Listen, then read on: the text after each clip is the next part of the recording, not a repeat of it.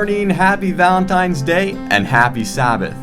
Today, we're going to talk about an important topic, love. Love is an indescribable feeling, am I right? For example, has anyone asked you why you love someone or something? It's hard, right? Why? Because it requires you to know why, and you can't measure or define love with just words. You can't place a number or score on love. You can't even tell someone the exact moment that you truly found that love. If you were to ask your parents or someone you know to tell you why they loved you or their spouse, what might they say? Maybe, I love you because of your smile, or I love your great personality, or perhaps, I love how kind they are. Those are all great things, but it isn't why you love somebody. Love is simply something a person does. The truth is, our emotions are hard to put into words because the part of our brain responsible for communicating and being rational, called the neocortex, is not connected to the part of our brain that computes emotions, called the limbic brain. And let's be honest, most of the time our emotions aren't really rational. But isn't that crazy that our brain literally doesn't have any way to explain or put into words the emotions we feel? But love isn't made up of words, and it's definitely not made up of one moment. It's made up of tons of moments. As inspirational speaker Simon Sinek says, she didn't fall in love with you because you remembered her birthday and bought her flowers on Valentine's Day.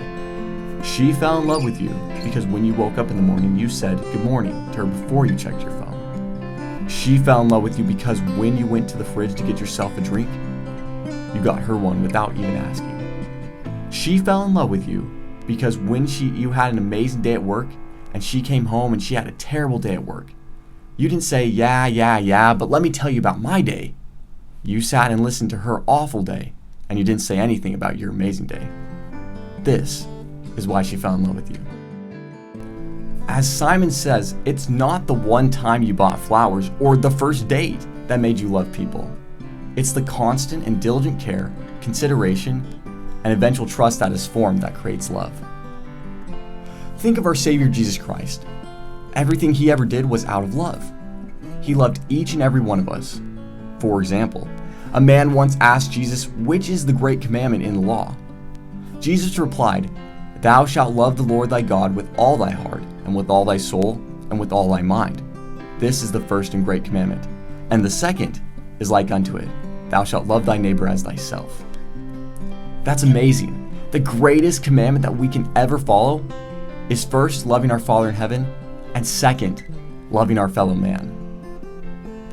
If we really want to find love, if we truly want happiness and trust with one another, if we want to build the type of relationships that will last forever, we have to be selfless.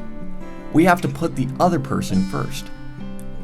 As it says in Moroni 7, pray unto the Father with all the energy of heart, that we may be filled with His love.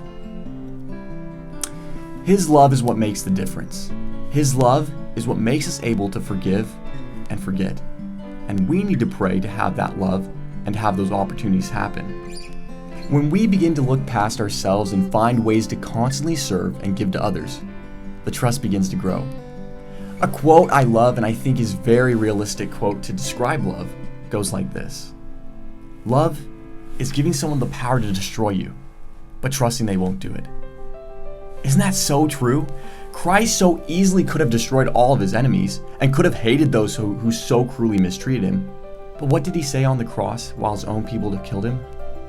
Father, forgive them, for they know not what they do. If we want to truly become Christ-like, if we want an everlasting love, we must serve. We must be undeniably vulnerable and give of ourselves just like our Savior did.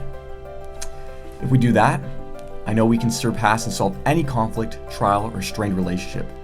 And we can develop a loving and beautiful relationship with everyone, including our masterful Father in heaven and Savior Jesus Christ. So, remember how I said it was hard to describe what love was? I think it absolutely is, no doubt. Because the truth is, love isn't just words or one single moment. It's a bunch of moments all put together. And the love grows as you consistently act in service for others. So this Valentine's Day, get the cards, the flowers, and the boxes of chocolates. But don't forget that expressing love is a daily thing and not something that happens once a year.